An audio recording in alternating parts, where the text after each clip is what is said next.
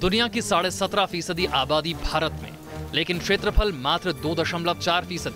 बढ़ती आबादी, सिमटते संसाधन, कैसे होगा जनसंख्या नियंत्रण? आबादी बड़ी समस्या है, लेकिन इसे मजहबी मोड़ देने की भी कोशिश होती है।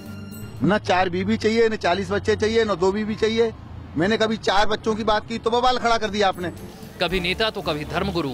आबादी पर विवादित बोल की फहरिस्त लंबी है, लेकिन अहम सवाल आबादी का है। पॉपुलेशन कंट्रोल कैसे होगा? इंडिया बोले की खास पेशकश में जनसंख्या नियंत्रण पर सबसे बड़ी बहस कर रहे हैं।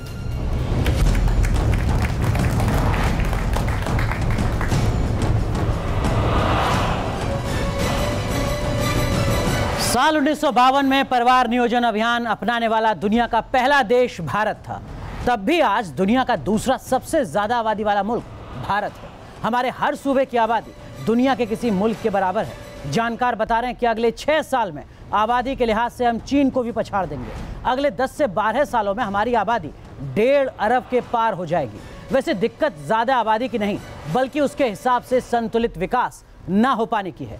दुनिया की 17% से ज्यादा आबादी हमारे देश में है, जबकि दुनिया का केवल 4% पानी और 2.5% जमीन ही हमारे पास है। समझा जा सकता है कि चुनौती कितनी बड़ी है।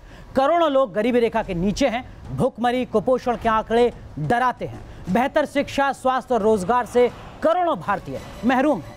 हालात बेहद गंभीर हैं, लेकिन सियासत भी जारी है। बीजेपी नेता कैराना का डर दिखाकर ज्यादा बच्चे पैदा करने की नसीहत देते हैं, तो कांग्रेस संसाधनों पर पहला हक अल्पसंख्यकों का बताती है। ज्यादा पैदा करने की नसीहतें देने में धर्मगुरु भी पीछे नहीं है। सियासी घमासान तो कब्रिस्तान और शमशान तक को लेकर है। ऐसे में बढ़ती आबादी को लेकर ढेरों सवाल भी हैं। मसलन क्या बढ़ती आबादी की बड़ी वजह अशिक्षा और पिछड़ापन रहा है? अगर हाँ, तो बढ़ती आबादी को धर्म और जाति के चश्मे से क्यों देखा जाता है? राज्यों की नीतिगत विफलताओं का दोष समाज के मत्थे क्यों मढ़ा जाता है? बढ़ती आबादी पर सियासी घमासान क्यों है? क्या आबादी काबू करने के लिए सख्त कानून की दरकार है? और ऐसे ही अहम सवालों को समझने की कोशिश आज इंडिया बोले में।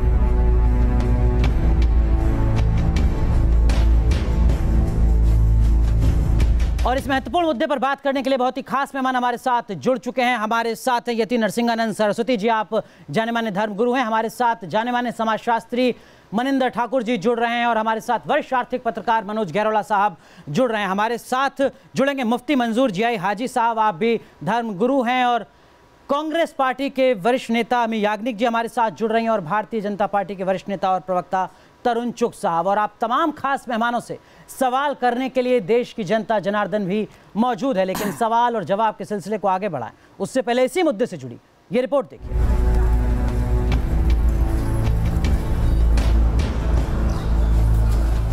1952 में परिवार नियोजन अपनाने वाला पहला मुल्क था भारत, लेकिन आज तक सरकारी नीतियों और फाइलों में उलझा हुआ है पॉपुलेशन कंट्रोल का मुद्दा। आबादी नियंत्रण आज भी देश के लिए सबसे बड़ा मुद्दा है। जनसंख्या के लिहाज से चीन के बाद दूसरे नंबर पर है भारत। आबादी बहुत ज्यादा है और संसाधन बेहद कम। बढ़ती आबादी का संकट बड़ा है। भारत में करीब 22 करोड़ लोग गरीबी रेखा के नीचे हैं। ग्लोबल हंगर इंडेक्स में निचले पायदान पर है भारत। हंगर इंडेक्स में 118 देशों की सूची में भारत 97वें नंबर पर है। आबादी नियंत्रण देश का सबसे बड़ा मुद्दा है, लेकिन कैसे होगा पॉपुलेशन कंट्रोल? इस सवाल से देश के सियासतदान और अफसर आज भी जूझ रहे हैं। Team news nation. चलिए चर्चा की शुरुआत करते हैं, और सबसे पहला सवाल मनिंदर सर आपसे। क्या बढ़ती आबादी की वजह आपको भी लगता है अशिक्षा और पिछड़ापन रहा है? बढ़ती आबादी में बहुत बड़ा कंट्रीब्यूशन अशिक्षा और पिछड़ेपन का है। आप देखेंगे यदि फैमिली साइज़ का सेंसस रिपोर्ट के हिसाब से, तो आपको साफ लगेगा कि जो लोअर क्लास के लोग हैं उनमें आबादी का जो रेट है ग्रोथ का वो ज़्यादा है। और जो जैसे जैसे आप मिडिल क्लास की तरफ जाएंगे, मिडिल क्लास में तो बिल्कुल ही जो कॉन्शसनेस है उसके हिसाब से 1 या 2 बच्चे होते हैं, और ये नेगेटिव ग्रोथ की तरफ जा रहा है जी। जिस भी विकसित देश में आप देखेंगे जहाँ एजुकेशन और इकोनॉमिक कंडीशन थोड़ा बेहतर है, वहाँ आप नेगेटिव ग्रोथ की तरफ जाते हुए देखेंगे। लेकिन गहरोला सर, क्या वजह है? 1952 जिसका मैंने जिक्र किया, हमारा देश दुनिया का पहला देश था जिसने फैमिली प्लानिंग अभियान की शुरुआत की थी, और आज 70 साल बाद हम कहाँ खड़े हुए हैं हर कोई जानता है। जी देखिए, ऐसा है कि इसके बारे में डॉक्टर कर्ण सिंह ने 1970s में जो वर्ल्ड पॉपुलेशन कॉन्फ्रेंस हुई थी उसमें बड़ा इंटरेस्टिंग स्टेटमेंट दिया था। उन्होंने कहा था कि development is the best contraceptive. तो अगर हमें पॉपुलेशन को कंट्रोल करना है तो डेवलपमेंट उसके पीछे एक बहुत बड़ा कारण है। और अगर हम देखें तो जैसा कि अभी ठाकुर साहब ने बताया कि ये जो समस्या है आज की डेट में, ये जो लोअर क्लास है ये बेसिकली उसमें है। लोअर क्लास में जो बेसिक जो लोगों का माइंडसेट है वो ये है कि जितने ज़्यादा हेल्पिंग हैंड्स होंगे, जितने ज़्यादा बच्चे होंगे और जितने ज़्यादा बच्चे होंगे वो परिवार की आर्थिक मदद करेंगे नौकरी करके जी। तो अब हमारी पॉपुलेशन आज की डेट में 120 करोड़ है और ये पॉपुलेशन आज की डेट में हमारे लिए, हमारे आर्थिक विकास में एक बहुत बड़ी बाधा है। उसका एक बड़ा रीज़न ये है कि इस पॉपुलेशन को, हमारे जो युवक हैं उनको जो स्किल ट्रेनिंग मिलनी चाहिए थी, सरकार ने उस तरह की स्किल ट्रेनिंग नहीं दी कि वो सर्विस सेक्टर को आगे बढ़ाएं। आज की डेट में हम लोग आईटी के कारण पूरे संसार में हर कोई हमें जानता है।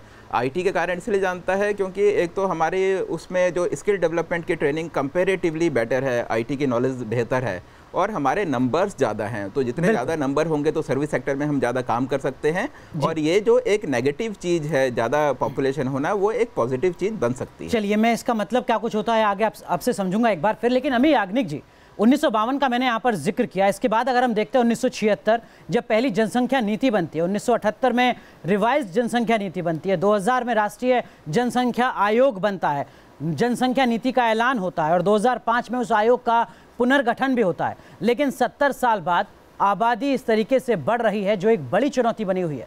क्या आपको लगता है कि बीते 70 सालों में जनसंख्या नियंत्रण को लेकर जो तमाम नीतियां बनी ये उनकी विफलता का नतीजा है? नहीं, विफलता का नतीजा तो नहीं कह सकते, लेकिन ये जो प्लानिंग का इम्प्लीमेंटेशन होना चाहिए था उनके काफ़ी फैक्टर्स रह चुके हैं। जो अवेयरनेस होनी चाहिए, जो हर जगह हर तबके तक ले जानी चाहिए कि उनको ये फैमिली प्लानिंग का जो समझाया जा सकता था, वो जो ग्राउंड लेवल तक जो परकोलेट होना चाहिए, वो शायद कहीं ना कहीं विफलता हुई है। तरुण चुग साहब, क्या आप इस बात से इत्तेफाक रखते हैं कि जनसंख्या ऐसा सियासी मुद्दा है जिस पर राजनीतिक दल भी बोलने से बचते हैं, डरते हैं? जनसंख्या कंट्रोल होनी चाहिए और सभी राजनीतिक पार्टियों को एक मंच पर आकर सामाजिक बुराइयों के खिलाफ एज ए देश, एज ए नेशन उनके खिलाफ लड़ना चाहिए और उसके लिए बहुत संक्षेप में अगर आप जवाब दे दें, सत्ता में आप हैं, पहल कौन करेगा इसकी और कब करेगा? हमने की है, हमने ये पहल की है और जिसका असर दिख रहा है, लेकिन मैं इसको राजनीतिक मुद्दा बनाना नहीं चाहता कि बीजेपी ने की है, कांग्रेस ने नहीं की, सबको मिलकर करनी होगी। अगर ये सब कुछ विकास से जुड़ा मसला है, शिक्षा से जुड़ा मसला है, जागरूकता से जुड़ा मसला है, तो क्यों इसको धर्मगुरु संत धर्म के चश्मे से देखते हैं? देखिए, सबसे पहली बात तो ये है कि आपने भैया जी ये तय कर रखा है कि आपको हिंदुओं को ही कटघरे में खड़ा करना है, जबकि समस्या का इसका हिंदू बिल्कुल भी जिम्मेदार नहीं है। सुनिए, एक मिनट आप मेरी बात जरा एक मिनट धैर्य से सुन भी लेंगे। देखिए, इसका कारण सबसे बड़ा है, इस समस्या में कहीं भी हिंदू इसका उत्तरदायी नहीं है। समस्या दो तरह से है हम लोगों के सामने।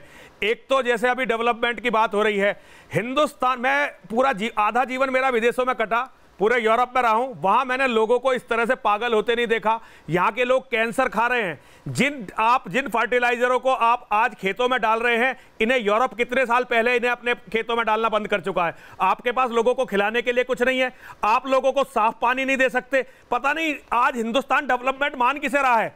आज जब पूरी दुनिया जनसंख्या नियंत्रण करने के इतना करीब है, भारत एक दुनिया का कैंसर बनने वाला है। ये पूरी दुनिया को भारत की ये बढ़ती हुई नाजायज आबादी कहूंगा मैं इसे। और हमारी समस्या सुनिए, इसको धर्म के चश्मे से देखते हैं। इसका कारण है, एक तो बड़ी समस्या की जनसंख्या बढ़ रही है, उससे भी बड़ी समस्या जनसंख्या उनकी बढ़ रही है जो लोग केवल भूखे नंगे हैं और जिनका धर्म उन्हें कहता है कि तुम दूसरों को लूट लो, दूसरों को मार दो, दूसरों को खा जाओ, और जिनका इतिहास इसका गवाह है। ये दो ऐसे बड़े खतरे हैं भारत में जिन्हें इग्नोर करना इस देश के लिए आत्मघाती है। आप आज मानिए या मत मानिए, वक्त मेरी बात को बताएगा दुनिया को। मुफ्ती मंजूर जियाई हाजी साहब, जो बात यहाँ पर नरसिंहानंद सरस्वती जी कह रहे हैं, वो कह रहे हैं कि जनसंख्या को धर्म के चश्मे से देखना बेहद जरूरी है। आप इत्तेफाक रखते हैं इस बात से? नहीं, ये कैसे इत्तेफाक रखेंगे? तो बढ़ा रहे हैं। देखिए, अनुराग जी, देखिए, जो लोग ऐसी बातें कर रहे हैं, एक समुदाय के साथ इस चीज़ को जोड़ने की बात करते हैं, उन्हें देख लेना चाहिए कि उनके समुदाय के अंदर में कितने लोगों के कितने बच्चे हैं। हम उस पर नहीं जाना चाहते हैं। हिंदुस्तान एक कल्चरल मुल्क है, एक खूबसूरत मुल्क है। आज़ादी के बाद से हिंदुस्तान में हिंदू और सुनिए, अरे सुनिए साहब, बहुत बोल लिया आपने, सुनिए, बीच में इंटरप्ट ना कीजिए। हिंदुस्तान की आबादी जब से है और हिंदुस्तान की आज़ादी के बाद से हिंदू और मुसलमानों ने इस मुल्क की तरक्की और खुशहाली के लिए जो काम किए हैं उस पर आपको तवज्जो देना चाहिए। पहले आप इस मुल्क में हिंदू और मुसलमान की बात करना शुरू कर देते हैं। आबादी की बात हो रही है, आबादी की बात करें आप।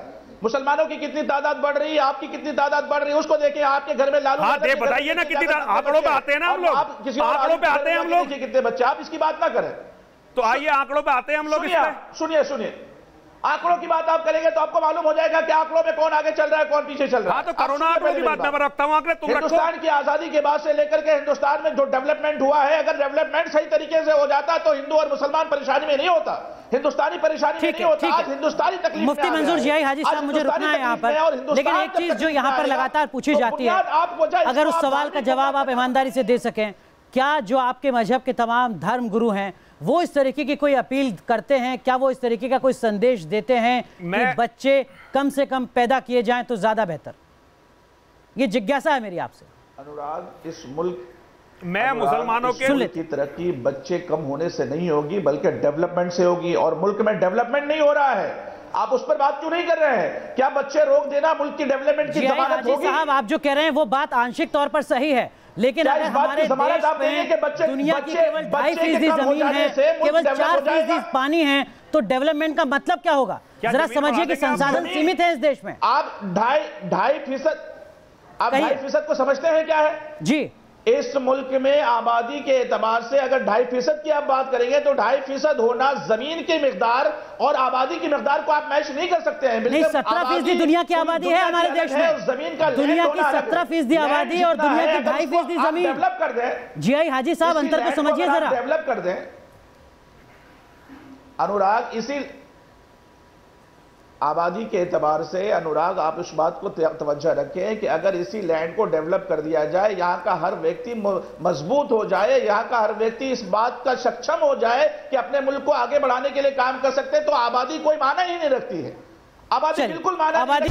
तो आप देख रहे हैं इंडिया बोले, जिसमें आज हम बात कर रहे हैं देश की बढ़ती आबादी की। सर, जब मैं राज्यों की भूमिका को समझने की कोशिश कर रहा था तो दरअसल में मेरे उसके पीछे का जो मकसद है वो TFR का आंकड़ा है। TFR का आंकड़ा बताता है कि एक महिला औसतन कितने बच्चों को जन्म देती है। भारत में जो प्रति महिला TFR का आंकड़ा है वो लगभग 2.3 है। ये पूरे देश का औसतन आंकड़ा है। लेकिन जब हम गोवा को देखते हैं, दिल्ली को देखते हैं, केरल को देखते हैं, तमिलनाडु को देखते हैं तो वो 2% से कम है। वहीं दूसरी तरफ जाकर हम उत्तर प्रदेश को देखते हैं तो 3.1 है, बिहार को देखते हैं तो 3.3 है। इसका सीधा मतलब आर्थिक लिहाज से विकास से जुड़ा हुआ है। गैरोला साहब। जी हाँ, ये कहना आपका बिल्कुल ठीक है, क्योंकि जहाँ विकास कम होगा वहाँ पे पॉपुलेशन ग्रोथ रेट हमेशा ही ज़्यादा होगा, क्योंकि लोगों का बेसिक माइंडसेट यही है कि जितने ज़्यादा बच्चे घर में होंगे वही परिवार की आर्थिक सहायता करेंगे और बुढ़ापे में वही काम आएंगे, और इसका धर्म से कोई बहुत ज़्यादा संबंध नहीं है। लेकिन नरसिंहानंद सरस्वती जी, देखिए, मैंने राज्यवार आंकड़े आपके सामने रखे हैं और ये सरकारी आंकड़े हैं। उन राज्यों में जहां पर TFR का औसत कम है, क्या वहां पर दूसरे मजहब के लोग नहीं रहते हैं जहां पर बच्चे कम पैदा हो रहे हैं? मैं आपको एक बात बताना चाहता हूं, आपके जो ये आंकड़े हैं और जो ये असलियत है, जब मैं डासने के अपने कस्बे में जाता हूं तो मेरे सारे आंकड़े वो धुल जाते हैं। मैं आपको एक आंकड़ा मैं आपको गिनवाना चाहता हूं। 1992 में हमारे यहाँ डासने में 4200 वोट जो है मुसलमानों की थी नगर पंचायत के चुनाव में, और 3500 वोट हिंदुओं की थी।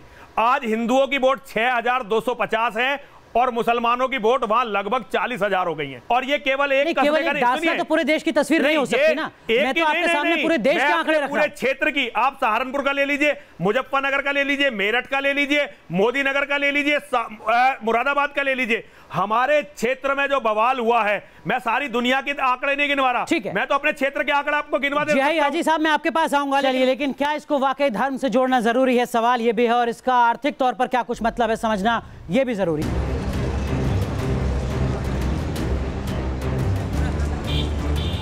कैसे होगा जनसंख्या नियंत्रण? क्या चीन जैसी सख्त जनसंख्या नियंत्रण नीति से ही हालात बदल सकते हैं? सख्त जनसंख्या नीति पर सरकार के अंदर ही दो राय नजर आती है। केंद्रीय राज्य मंत्री गिरिराज सिंह जहां सख्त नीति की वकालत करते रहे हैं, वहीं केंद्रीय स्वास्थ्य मंत्री जेपी नड्डा देश की प्रजनन दर यानी TFR को नियंत्रण में बताते हुए जनसंख्या कानून को गैर जरूरी बता रहे हैं। कैसे होगा जनसंख्या नियंत्रण, ये बड़ा सवाल है, लेकिन इसमें दो राय नहीं कि आबादी पर नियंत्रण जरूरी है। हिंदुस्तान की बढ़ी हुई आबादी का अंदाजा इसी बात से लगाया जा सकता है कि भारत के राज्यों की आबादी दूसरे मुल्कों के बराबर है। एक आंकड़े के मुताबिक आंध्र प्रदेश की आबादी जर्मनी के बराबर है, उत्तर प्रदेश की आबादी ब्राजील के बराबर है, वहीं बिहार की आबादी मैक्सिको की आबादी के लगभग है। कितना जरूरी है आबादी नियंत्रण, इन आंकड़ों से आप अंदाजा लगा सकते हैं। पॉपुलेशन कंट्रोल के लिए सख्त कानून की वकालत की जरूरत के बीच जानकार जागरूकता को जरूरी बता रहे हैं। Team news nation. चर्चा को आगे बढ़ाते हैं। मनोज गिरोला साहब, ये जो आबादी है आर्थिक लिहाज से क्या ये लायबिलिटी है या ये एसेट है? प्रधानमंत्री नरेंद्र मोदी पूरी दुनिया में इस आबादी के आंकड़े का जिक्र करते हैं, आर्थिक लिहाज से इसका क्या कुछ मतलब है? ये देखिए, ये आबादी एसेट उस केस में है जबकि ये जो हमारे युवक हैं उनकी तालीम अच्छी हुई हो, उनको स्किल डेवलपमेंट की ट्रेनिंग दी गई हो। लेकिन दुर्भाग्यवश जो ये पॉपुलेशन बढ़ रही है, ये पॉपुलेशन उस तबके की है जहाँ की एजुकेशन की कमी है। और जहाँ तक स्किल डेवलपमेंट का सवाल है, तो स्किल डेवलपमेंट की सरकार की जो भी स्कीमें हैं वो या तो ठीक से नहीं चली, और चली भी तो जिस लेवल तक पहुँचनी चाहिए उस लेवल तक वो पहुँची नहीं है। तो जो आज की डेट में आबादी एक लाइबिलिटी है बहुत बड़ी हमारे देश में, लेकिन अगर इसी आबादी को हम ठीक से शिक्षा दें और ठीक से स्किल डेवलपमेंट की ट्रेनिंग दें तो ये बहुत बड़ी असेट हमारे देश के लिए बन सकती है। ठीक है मनिंदर साहब, मैं आपके पास भी आऊंगा और आप क्या कुछ सोचते हैं इस मुद्दे पर आपसे समझने की कोशिश करूंगा, लेकिन जनता जनार्दन के बीच में किस तरीके के सवाल हैं आबादी जैसे जरूरी मुद्दे पर, गंभीर मुद्दे पर, उनको एक बार लेते हैं। अनुराग जी, मैं ये कहना चाहती हूँ कि जैसे अभी चर्चा का विषय रहा कि विकसित देश के बारे में हुआ, जब पॉपुलेशन इतनी है कि उसमें विकसित देश क्या दिखेगा? आप चले जाइए, आप ये इधर मुजफ्फरनगर चले जाइए, सहारनपुर चले जाइए, आप इधर रुड़की चले जाइए, कहीं भी चले जाइए, इतनी पॉपुलेशन है कि वहाँ पे जो है ना बच्चों को एजुकेशन नहीं है। ठीक है, आश्चर्य है कि सत्ता पक्ष विपक्ष, इवन हमारे समाज के जो विचारक हैं, सही बात करने की हिम्मत ही नहीं। क्या है सही बात आपके? सही बात यह है कि पॉपुलेशन ग्रोथ जहाँ से हो रही है उसके विषय में तो उनका कहाँ से हो रही है? अभी हमारे स्वामी जी बता चुके हैं कहाँ से हो रही है। आप बताइए ना, सही बात आप भी बताइए। एक्चुअली मुस्लिम वर्ग को ये समझाने की कोशिश ही नहीं की जा रही। मेरा प्रश्न भाजपा के प्रवक्ता से है, इस देश में विकास की बातें हो रही हैं, क्या किसी देश का विकास संभव है जब तक जनसंख्या पर नियंत्रण ना हो? चाइना का विकास भी तब हुआ जब उन्होंने 1979 में जनसंख्या नियंत्रण कानून बनाया। तो हमारे देश में तो जनसंख्या नियंत्रण करने की जगह सरकार 6-6 हज़ार रुपये दे रही है। भारत सरकार को जनसंख्या नियंत्रण कानून इसी तरह से लागू करना चाहिए जिस तरह से ना GST को लागू किया। मेरा सवाल मौलवी जी से है। मौलवी जी जैसे कह रहे हैं ना, मैं अभी चुनाव हुआ था तो बीजेपी के विरोध में उन्होंने कह दिया, फतवा जारी कर दिया था। वैसे ही एक फतवा जारी अगर वे अपने समाज में कर दें कि 2 बच्चों से ज़्यादा ना हो तो इस पर जनसंख्या में बहुत गिरावट आएगी। चलिए मौलवी साहब, इसी सवाल के साथ चर्चा को आगे बढ़ाते हैं और जवाब आप ही से लूँगा। क्या वाकई इस तरीके का एक फतवा जारी नहीं हो सकता है कि देखिए साहब 2 बच्चों से ज़्यादा बच्चे ना पैदा कीजिए? देखिए, मुल्क की तरक्की, मैंने आपसे पहले भी कहा और स्वामी जी भी बात कर रहे हैं, मैंने उनसे भी कहा और आपके व्यूवर को बताना चाहूँगा कि देखें, विकास को अगर पैदा कर देंगे, आप मोदी जी से कहिए और योगी जी से कहिए कि विकास को ज़्यादा पैदा कर दें, अगर उस पर ज़्यादा तवज्जो देंगे तो जो मामला हमारे दरमियान में आ रहे हैं वो मामला नहीं होंगे। मुफ्ती साहब, आप कह रहे हैं इसका मतलब आबादी बढ़ती रहे, कोई दिक्कत नहीं है, हम 1.5 अरब हो जाएं 10 साल बाद, हम 2 अरब हो जाएं, कोई फर्क नहीं पड़ता, पानी खत्म हो जाए, जमीन कम पड़ जाए। आबादी पर कंट्रोल उस सूरत में हो सकता है जबकि डेवलप होगा, विकास होगा मुल्क में, जब लोगों के पास काम धंधे होंगे, हालात अच्छे होंगे, हर एक सुखी से साथ रह सकेगा। और जब तक विकास नहीं होता है तब तक आबादी को बढ़ने दिया जाए, कम होना चाहिए, लेकिन इस पर तवज्जो क्यों नहीं दी जा रही है? विकास नहीं होगा तब तक आबादी को बढ़ने दिया जाए। देखिए ये अपील आप और हम सभी मिलकर के ये अपील हम और आप सभी मिलकर के करते आए हैं कि यकीनन इस पर कंट्रोल होना चाहिए, लेकिन सरकार क्या कर रही है? तो सवाल ये था कि क्या एक धर्मगुरु के तौर पर आप जैसे लोग अपील नहीं कर सकते हैं कि आबादी पर नियंत्रण होना चाहिए? ईमानदारी से जवाब तवज्जो नहीं दी जा रही है। उनको उनके कामों में अनुराग, उनके कामों में इतना मसरूफ क्यों नहीं कर दिया जा रहा है कि इस पर तवज्जो उनकी ना हो? उनके कामों में उनको काम दिया जाए, उनको धंधा दिया जाए, उनको बिजनेस दिया जाए, डेवलपमेंट दिया जाए, विकास दिया जाए। योगी जी से कहिए विकास तरुण चुग साहब जवाब दीजिए जरा यहाँ पर। जिस दिन विकास पैदा हो जाएगा, ये मुफ्ती साहब कह रहे हैं कि आप उन्हें काम नहीं दे रहे हैं लिहाजा आबादी बढ़ रही है। ऐसे मैंने आपसे पहले भी कहा था कि यहाँ बैठे पैनलिस्ट अपील करने को तैयार हैं। अभी आपको एक व्यूवर ने कहा, वहां बैठे एक व्यक्ति ने कहा कि मौलवी साहब एक फतवा जारी कर दें। पहले पूछिए मौलवी साहब, हम दो हमारे दो को मानते भी हैं, इसको फतवा बनाएंगे क्या? बीजेपी के खिलाफ और 4 फतवा जारी करें, हम इन्हें रोके नहीं, स्वतंत्रता है, लेकिन क्या ये फतवा भी वो जारी करेंगे? मुफ्ती साहब बताइए जरा, देश के विकास के लिए, देश की बेहतरी के लिए एक फतवा ऐसा क्यों नहीं? गरीबी है क्यों? देखिए गरीबी है तो है क्यों? देखिए मैं आपको बता दूं कि साहब सुन लीजिए, आप इस बात को ध्यान में रखें कि हिंदुस्तान का मुसलमान हमेशा इस मुल्क की बेहतरी और तरक्की ही चाहता है, और उलमा भी बेहतरी और तरक्की चाहते हैं। हिंदुस्तान के उलमाओं ने मुल्क को बचाने के लिए अपने खून बहाए हैं। साहब आप इस मुल्क के फतवे की बात करते हैं, ये फतवा वो नहीं है कि जो आपके कैराना में शिवराज, लेकिन आबादी नियंत्रित रहेगी तो और ज्यादा बेहतर तरीके से लाभ मिल सकेगा ना साहब? नहीं करते आप जाकर के मुफ्ती साहब, तो वो ठीक है, मुसलमानों को टारगेट बना के ये कहा जाए कि मुसलमान अपने बच्चे पैदा कम करें, और महाराज ये कह दें कि वहां पर 10-10 बच्चे पैदा करें, वो भी गलत है, वो भी गलत है, वो भी गलत है। लेकिन मुफ्ती साहब देखिए, मैं आपसे ये बात कर क्यों रहा हूं, 2011 के आंकड़े आते हैं जनगणना के, और वो बताते हैं कि मुसलमानों में अभी भी जो वृद्धि दर है जनगणना की वो 24% के आसपास है, हिंदुओं में अभी वो 17% के आसपास है। सुधार की जरूरत धर्म के तौर पर अगर देखें तो आपको भी लगना चाहिए कि है अभी। फिर आप धर्म की बात ना करें, आप एज ए हिंदुस्तानी की बात करें ना, कि हर हिंदुस्तान के हर उस फर्द को चाहिए कि आप यहाँ पर एक धर्म को जनसंख्या कम करने के बाद ही अपना मुल्क तरक्की कर सकता है, तो हिंदू और मुसलमान सब मिलकर कर गए। आखिर आप डिवाइड एंड रूल की पॉलिसी क्यों करते हैं? मुसलमानों को और हिंदुओं को क्यों बांटने की बात करते हैं? आप हिंदू और मुसलमान दोनों की एकता की बात करें, हिंदुस्तान की जनसंख्या की बात करें। आपके पास भी आऊंगा, लेकिन नरसिंहानंद सरस्वती जी जरा जवाब दीजिएगा, जो बात यहाँ पर मुफ्ती जी कह रहे हैं बिल्कुल सही बात कह रहे हैं। वो कह रहे हैं कि आप मुसलमानों को तो नसीहत दे रहे हैं कि बच्चे मत पैदा करो, और आप अपनी धर्म संसद में कह रहे हैं कि हिंदुओं को 10 बच्चे पैदा करने चाहिए। कहा पत्रकार के तौर पर हमेशा आपसे कहा कि आप इस प्रश्न को उठाइए कि देश की सबसे बड़ी जरूरत कठोरतम जनसंख्या नियंत्रण कानून है, वो भी चीन जैसा। लेकिन अभी मैं धर्म संसद में आपके स्वामी गोविंद देव का बयान आया जिसमें उन्होंने कहा 4 बच्चे कम से कम हिंदुओं को पैदा करने चाहिए, नहीं होती मुसलमानों के लिए अलग नियम, आपके लिए अलग नियम। मुझे भी कहना पड़ेगा अपने लोगों से कि तुम भी बच्चे पैदा करो। क्यों कहना पड़ेगा? सुनिए, मैं दारुल उलूम देवबंद के पास गया, जो इनका सबसे बड़ा एजुकेशनल इंस्टीट्यूट है, इनका सबसे बड़ा धार्मिक इदारा है। वहां के प्रवक्ता ने कहा कि हिंदुओं के बस की हो तो तुम भी बच्चे पैदा करके दिखाओ, हमारे में कुव्वत है, हम बच्चे पैदा करते हैं। और आप कहें तो अभी आपको लिंक देता हूं, आप देखिए देवबंद की साइट पर देखिए, जहां ऐसा लोग कहते हो, जहां धर्मगुरु ऐसा कहते हो, तो मुझे भी तो अपने लोगों की जिनका दिया हुआ मैं खाता हूं उनकी चिंता करनी पड़ेगी। आपको लगता है कि धर्म के आधार पर राजनीति के लिहाज से चीजों को बेहतर करने की कोशिश नहीं की जा रही है? कभी आर्टिकल 370 का डर दिखाया जाता है, कभी कैराना का डर दिखाया जाता है। अमी याग्निक,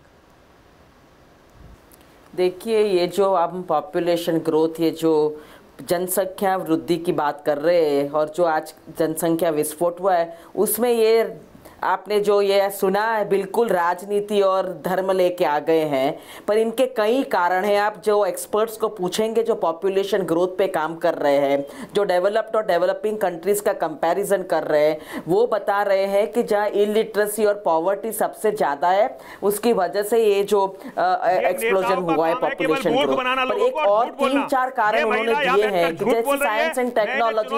आंकड़ों के आधार पर बात कर रही है, नहीं सुन लेते, और इन्होंने पागल बनाया देश को इतने दिनों तक। आज पूरे देश को बर्बादी के कगार पर ये लोग ले गए। आज भी ये लोग कह रहे सारे नेता, देखिए सुन लेते हैं, बात तो सुनिए। लेकिन आज तो आपने विकास पैदा कर दिया, जनसंख्या नियंत्रण कानून। अमी याग्निक, जो बात यहाँ पर नरसिंहानंद सरस्वती कह रहे हैं, दरअसल में उसकी एक राजनीतिक पृष्ठभूमि भी हो सकती है।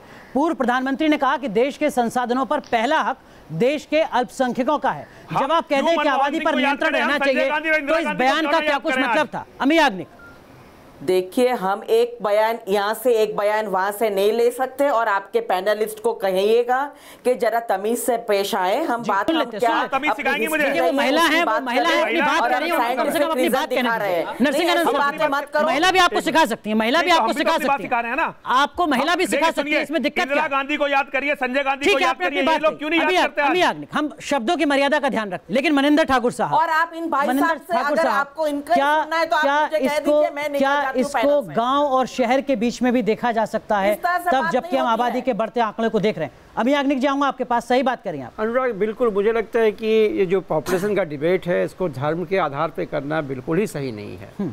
ये एक वर्ग और ये शहर और गांव का डिफरेंस हो सकता है। मैंने पहले भी कहा, यदि आप किसी व्यक्ति के साइकोलॉजी में जाएंगे कि उनको क्यों बच्चे ज़्यादा पैदा होते हैं, तो बिल्कुल वो आर्थिक कारण उसके पीछे भी है, एक सुरक्षा का कारण उसके पीछे है। यदि आप उन चीज़ों को केयर करेंगे तो निश्चित रूप से उसमें डिफरेंस आएगा। और शहर में आप देखें कि हर कम्युनिटी के बच्चे कम हैं, क्योंकि मैनेज ही करना इतना मुश्किल होता है मिडिल क्लास के लिए। तो ये जो धार्मिक नेतृत्व हमेशा डिबेट को सुन लेते एक करके, ऐसे आप अपनी तरफ से बातें मत कहिए। जब आपसे पूछा गया था आपने बात कही, जो गेस्ट है उनकी बात सुनिएगा। सर, धर्म की तरफ जो ले जाता है ये मुझे लगता है बड़ा ही मिसलीडिंग है, क्योंकि इससे फिर एक कॉम्पिटिटिव डेमोक्रेसी का जो बू आती है, उससे पॉपुलेशन कंट्रोल की बात नहीं हो सकती है। ठीक है, लेकिन हम अगर मनोज जी कहिए, मुझे लगता है कि हम लोग इंसान की जगह हम लोगों ने लोगों को पॉपुलेशन बना दिया है। ये भी बहुत सही नहीं है। ये जज्बाती बातें हैं, बच्चों का होना, बच्चों के साथ रहना, ये जज्बाती बातें हैं, उस तरीके से समझने की ज़रूरत है। इसलिए इसमें कोई जोरदार कोई पॉलिसी ऐसी नहीं बनाई जा सकती है, जो कि संजय गांधी का जिक्र कर रहे हैं। वैसी कोई भी पॉलिसी देश में हमेशा बैकफायर करेगी। ये इमोशनल, लेकिन योजनाएं तो बनती हैं, उसकी जागरूकता को कैसे ज्यादा बढ़ाया जाए, इस दिशा में काम होता है। रुकना है मुझे कुछ देर के लिए, लेकिन मनोज घेरोला साहब, अगर सब कुछ इतना ही सामान्य है तो फिर इस पर सियासत क्यों होती है, और सियासत कब्रिस्तान और शमशान घाट तक पहुंच जाती है विधानसभा चुनाव के दरमियान?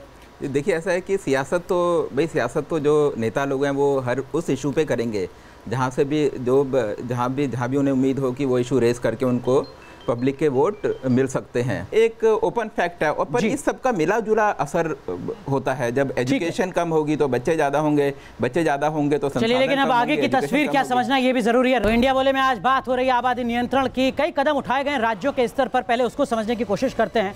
सबसे पहले मनिंदर ठाकुर जी, उत्तर प्रदेश सरकार ने, योगी सरकार ने एक योजना की शुरुआत की, शगुन नाम है उसका, और उसमें नवविवाहित जोड़ों को एक गर्भ निरोधक किट भी दी जाती है जागरूकता बढ़ाने के मकसद से। आपको लगता है ऐसे प्रयोग व्यवहारिक हैं, बेहतर हैं? बिल्कुल बेहतर हैं, ऐसे प्रयोग किए जाने चाहिए। मुझे याद है मेरे कुछ स्टूडेंट्स रिसर्च कर रहे थे लेबर कॉलोनी पे, तो उन्होंने कॉन्ट्रासेप्टिव्स वहाँ बांटा था। वहाँ उपलब्ध ही नहीं था कॉन्ट्रासेप्टिव्स, उनके लिए लेना मुश्किल था, उनको यूज़ करना नहीं आता था। तो ये तरह के जो एजुकेशन है इससे रिलेटेड वो देने की कोशिश की जाए। मनोज घेरोला साहब, असम ने कदम उठाया कि 2 बच्चों से ज्यादा होंगे तो सरकारी नौकरी नहीं मिलेगी। गुजरात ने कदम उठाया कि आप पंचायत चुनाव नहीं लड़ पाएंगे अगर 2 से ज्यादा बच्चे होते हैं। इस तरीके के कुछ सख्त निर्देश आगे बढ़ाने की जरूरत आपको नजर आती है? जी हाँ, ये तो देखिए बहुत ज़्यादा ज़रूरी है, लेकिन साथ में ये भी ज़रूरी है कि सरकार मिलके और जो सोशल ऑर्गेनाइजेशंस हैं या जितने भी जो धर्म गुरु हैं, ये सब भी अगर अवेयरनेस लेकर आएँ तो उसका इम्पैक्ट इन योजनाओं से कहीं ज़्यादा होगा। बिल्कुल। नरसिंहानंद सरस्वती जी, कम से कम बच्चे हम चाहते हैं केंद्र सरकार इसमें चीन जैसा कठोर कानून बनाए। धर्मगुरु 7 लाख धर्मगुरु हैं देश में, आपकी भूमिका, अपने समाज को तो जागरूक करिए ना सर। जागरूक कर रहा हूं। अगर मुसलमान समाज अपने पर अधिकार ये नहीं अंकुश लगाएगा तो हम भी अपने धर्म के देखिए, हमारे बड़े भाई हैं, ये समझते ही नहीं है इस बात, लेकिन हम जरूर अपने लोगों से भी और सभी से कहते हैं कि हिंदुस्तान की तरक्की के लिए जो भी रोल अदा करना पड़े वो जरूर करेंगे। सवाल सिर्फ यही है कि क्या हर कोई अपनी भूमिका को ईमानदारी से निभाने के लिए तैयार है? सोचना आपको भी है। दुनिया की 17% आबादी आपके देश में रहती है और जमीन दुनिया की सिर्फ 2.5% है। बहुत बहुत शुक्रिया आप सभी मेहमानों का जुड़ने के लिए।